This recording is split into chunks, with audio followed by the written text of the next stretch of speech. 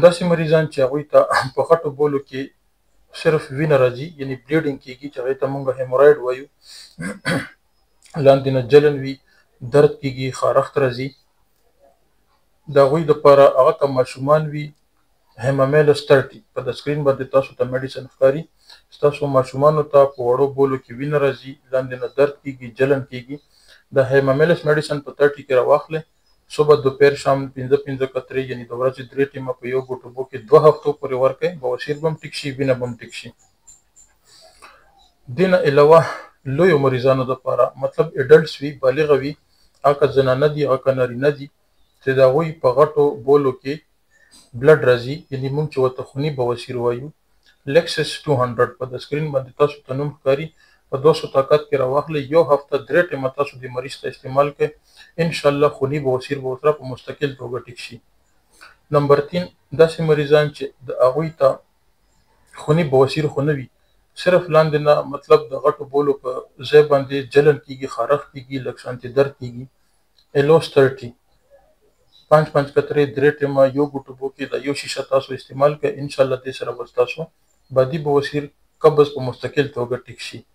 دې نه علاوه داسې مریضان چې هغوی ته اینل پولیپس وي، پولیپ مطلب دې ته موږ پښتو کې لاندې نه غوټې وي، داسې د جوارو دانې قدر 1 2 3 غوټې وي، د غوټو والا مریضانو دپاره، اینل پولیپس مریضانو دپاره اسیډنایټ په 30 کې د سکرین باندې تاسو ته نوم ښکاري، 5 قطرې 3 ټیمه یو ګوټ اوبو کې واچوي، یو میاشت پورې د استعمال کی، انشاءالله دې سره به ستاسو د غوټو والا بواسیر په مستقل توګه ټیک شي.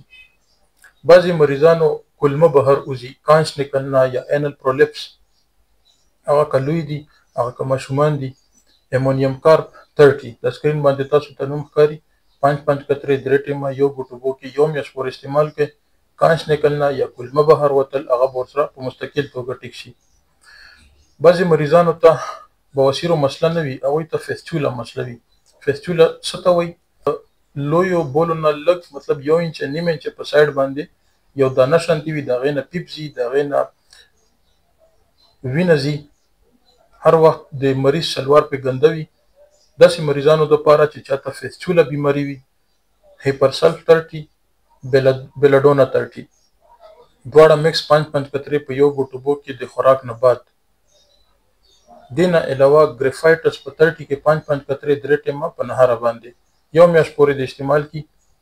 یو میاشت استعمال سره انشاءالله فیسچولا به په مستقل توګه ټیک شي. ها بعضې مریضان داسې وي چې د هغوی د ډېر وخت نه دا مسله وي، نو مزید 2-3 میاشتو پورې هم د فیسچولا والا د مریضان د خپل میډیسن جاري ساتلی شي.